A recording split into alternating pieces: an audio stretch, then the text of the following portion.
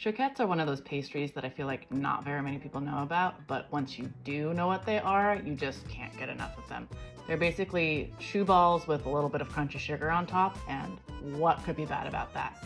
So today we're making chouquettes. Let's get into it.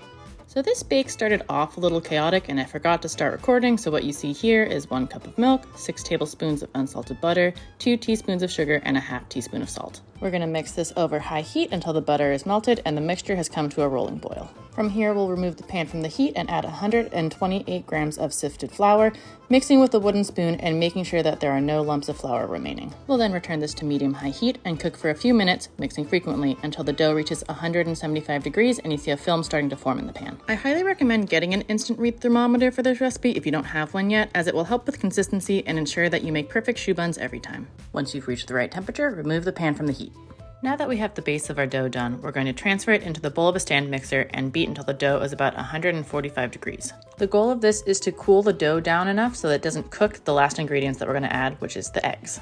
One at a time, we're going to add 4 room temperature eggs to our choux dough, making sure each is fully incorporated before adding the next. The addition of each egg will cause the batter to separate, so keep mixing until the dough comes back together and then add the next one in. Scrape down the sides of the bowl as necessary, and after your last egg has been fully incorporated, your dough should be at the consistency where a V of dough holds its shape at the end of the beater. We're then going to transfer the choux dough to a piping bag, which I fitted with a Wilton 12 round tip. Pro tip for filling a piping bag, place it in a tall glass and fold the edges over the sides so you're able to get whatever you're piping farther into the bag, and this also keeps it from spilling out the top.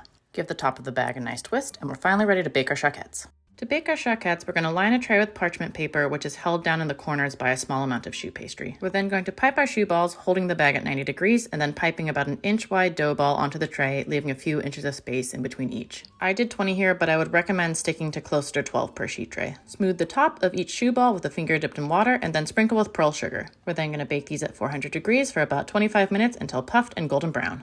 Now, these are essentially filled with steam right now, so while they're still hot, take a paring knife and poke a hole in the bottom of each puff. Turn them on their side so the steam has a place to escape, and then put them back in the still warm but off oven with the door open for about 30 minutes to finish drying out. Transfer to a wire rack to finish cooling, and there we have it.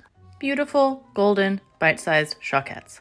Now these babies are addicting, and you can easily pop 4 or 5 of these in one sitting, no problem. Crunchy and sweet on the outside, light and airy in the middle, these are probably one of the most underrated things you can find at a French bakery. Let me know if you make these. Bye!